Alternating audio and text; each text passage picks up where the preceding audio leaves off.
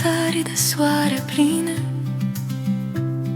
pe unde ați fost și voi străine.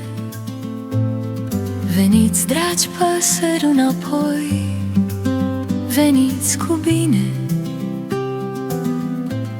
De frunză și de cântec goi, plâng codricei lipsiți de voi. În zarea cea de veci albastră nu v-a prins dragostea sihastră. De ceea ce ați lăsat nu v-a fost dor de țara voastră.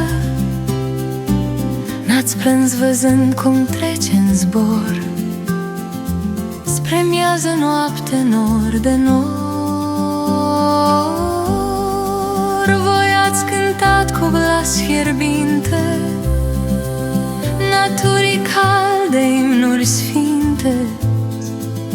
Ori doi nedragi când v-ați adus de noi aminte. Străinilor voi nu le-ați spus că doine ca noastre nu-s.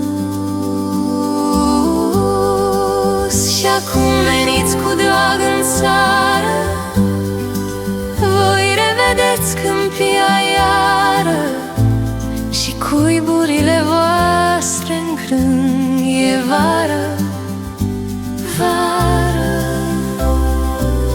Aș vrea la suflet să vă strâng, să râd de fericit, să plâng.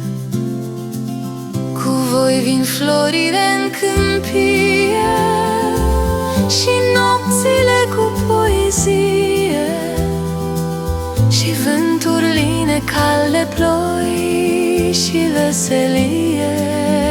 Voi toate le luați cu voi și iar le aduceți înapoi.